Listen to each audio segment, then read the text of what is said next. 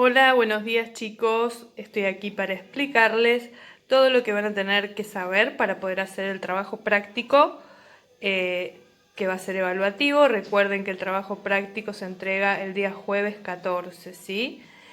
Vamos a empezar a ver lo que serían los elementos químicos, el número másico, la masa atómica. Para ello van a tener que leer las páginas 16 y 17. El primer concepto que aparece es el concepto de elemento químico. ¿Qué es un elemento químico? Un elemento químico es un tipo de átomo. Ustedes ya conocen algunos átomos como el hidrógeno, el carbono, el oxígeno, el nitrógeno. Todos los elementos que figuran en la tabla periódica son un tipo de átomo distinto. ¿Qué es lo que contienen esos tipos de átomos? Contienen protones, neutrones y electrones. No sé si recuerdan que los protones tenían carga positiva, los neutrones eran neutros y los electrones tenían cargas negativas. Cuando hablamos de identificación de los átomos, el número que va a identificar qué tipo de elemento químico es del que estamos hablando es el número de protones, ¿sí? Al número de protones, acuérdense que también se lo llamaba Z. Para poder identificar a los átomos, lo que se utilizan son los símbolos, ¿sí? Esos símbolos son símbolos universales que los pueden encontrar en cualquier país, ¿sí? De todo el universo, o de todo el planeta, mejor dicho, y que vamos a utilizar esos símbolos para identificar a cualquier elemento químico. ¿Quién inventó el método que se utiliza en la actualidad para identificar por símbolos a los elementos químicos? Fue Berzelius, ¿sí? Él utiliza el nombre en latín del elemento químico. Nosotros no lo llamamos en latín, lo llamamos en castellano. El carbono, por ejemplo, en latín es carbo, el calcio es calcium y el cobre es cuprum, ¿sí?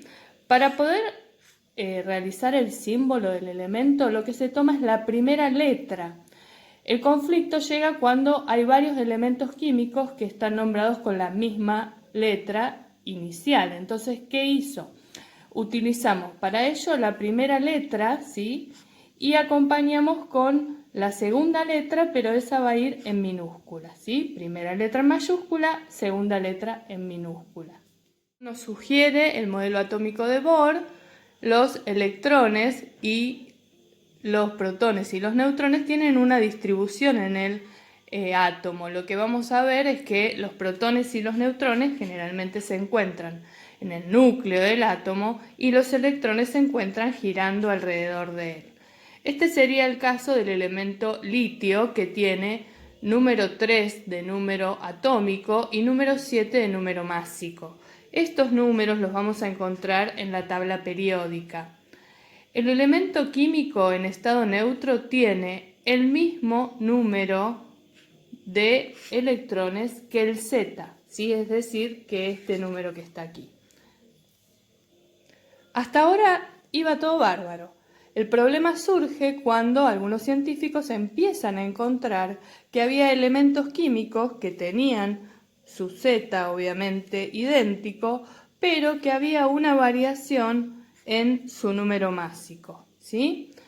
A esos elementos que tienen distinto número másico, y acá viene el porqué, es porque tienen distinto número de neutrones, se los denominó isótopos. El original sería, en el caso del átomo de carbono, el que tiene 6 protones y un número másico de 12. Este y este son isótopos del mismo elemento. De lo que digo anteriormente, entonces llegamos a la conclusión de que el número másico es la suma de los protones y los neutrones. Esto es lo que se va a encontrar en el núcleo del átomo. Entonces también lo vamos a encontrar con el nombre de A o masa atómica, ¿sí? Si nosotros miramos la tabla periódica, vamos a encontrar dos números. Esos dos números, siempre el mayor va a corresponder al A y el menor va a corresponder al Z, ¿sí? En este caso, el Z me va a indicar el número de protones, ¿sí? Y en el caso de que el elemento químico esté en estado neutro, que no sea un ion, que no haya cedido electrones o haya ganado electrones, el número Z va a ser igual al número de electrones y protones. El A, que sería el número másico, va a ser la suma del Z más el número de neutrones. Por lo tanto, si yo tengo que calcular el número de neutrones, lo que puedo hacer es restar el A menos el Z. Van a encontrar que aparece otro concepto, que es el concepto de masa atómica relativa, que no tiene nada que ver con la masa atómica o con el A. Esa masa atómica relativa indica la suma total de los protones, neutrones y electrones y sería el peso atómico del átomo. Ese peso atómico, como es una magnitud, se va a medir con una unidad, ¿sí? Que es la unidad de masa atómica, también llamada AR. Ahora voy a proceder a explicarles cómo hacer el trabajo práctico evaluativo. Van a ver que en el trabajo hay dos partes, una parte teórica y una parte práctica. Les voy a explicar ambas partes. Para la parte práctica, que es la parte esta que está acá, ahora les voy a explicar. Primero tienen que poder realizar la parte teórica, ¿sí? Porque esto lleva algunos conceptos que los van a terminar de entender con la lectura. Como dice acá, lectura de las páginas 16 y 17 del cuadernillo, y hay una parte de comprensión de texto, donde ustedes van a ir respondiendo una a una las preguntas. Luego sigue la parte práctica, ¿sí? Que ahora vamos a ir viendo cada una de las cosas, y hoy al final un anexo teórico que es importante que lo lean y lo tengan en cuenta.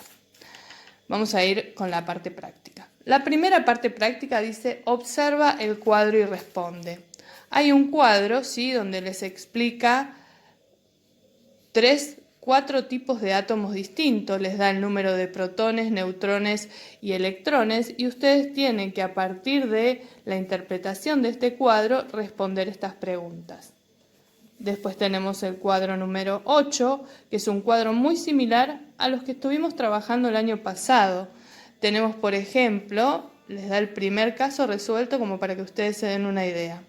El nombre del elemento, el símbolo, que el símbolo está acompañado de los dos números que son el A y el Z. Acá les pone el Z y el A. Todos estos datos los van a extraer de la tabla periódica. El número de protones, el número de electrones y el número de neutrones. Tienen que ir completando este cuadro con todos los datos que faltan. Luego viene el ejercicio número 9, que para que lo puedan realizar ahora les voy a dar una breve explicación teórica. Y por último viene el ejercicio número 10, que es la realización de una maqueta. En esta realización, es una maqueta más un móvil, van a poder pedir ayuda ¿a quién? A mí o a la profe Laura Reta, ¿sí? Que les va a dar ideas para reemplazos de materiales si es que no los tienen. Lo que ven acá son anillos de cartón que están realizados, que están cortados. Les di el elemento sodio para que puedan realizar este móvil, cosa de que no tengan muchos electrones. Y ustedes van a tener que representar con cartón o con alambre, ¿sí? Los distintos niveles de energía en el modelo atómico de Bohr, los electrones y los protones y los neutrones. Cuando terminen el móvil se tienen que sacar una foto y me la mandan. Bueno, ahora vamos a ir con la explicación del modelo atómico de Bohr, que ustedes ya lo vieron también cuando hicieron la comparación de los diferentes modelos atómicos. El modelo atómico de Bohr, ¿qué dice? Que los protones y los neutrones están en el núcleo del átomo y que los electrones están girando en diferentes niveles de energía, en diferentes capas o diferentes orbitales. Lleva cualquiera de esos 3 nombres: capas, orbitales o niveles de energía.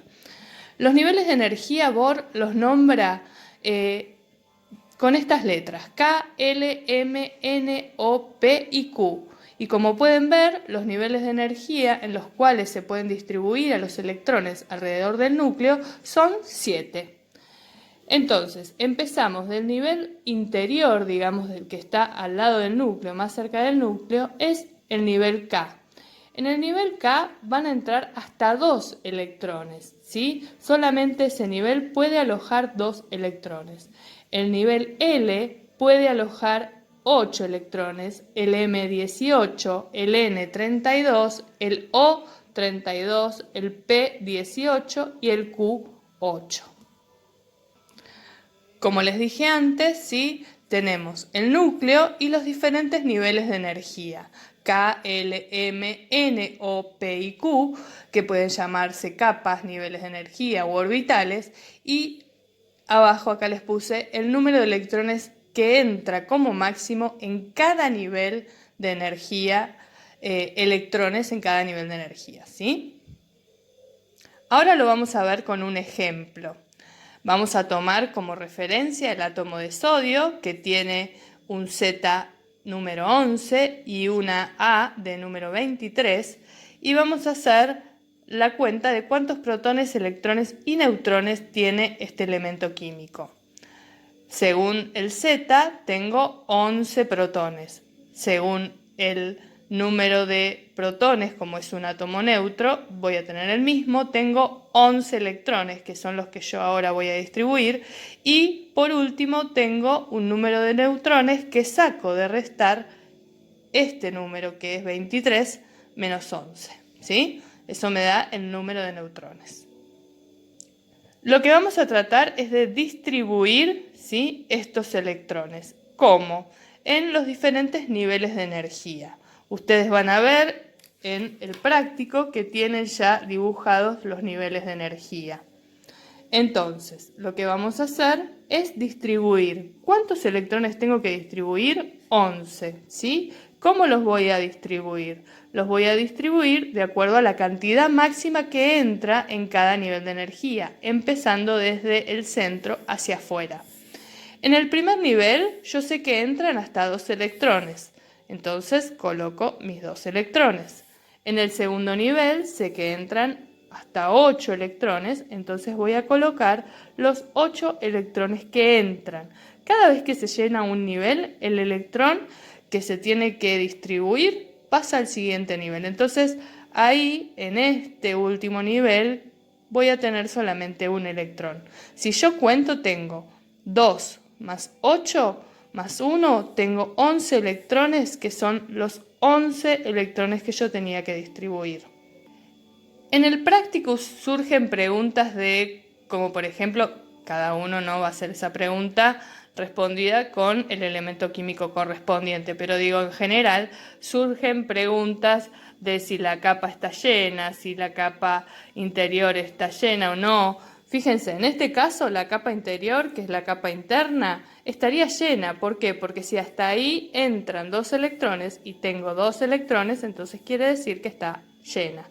La capa M, que sería la tercera capa, ¿sí?, puedo poner hasta 18 electrones. Y como puse uno solo, esta capa está incompleta. En algunos casos pide cómo se llama la tercera capa y cuántos electrones tiene. Bueno, vamos a ver.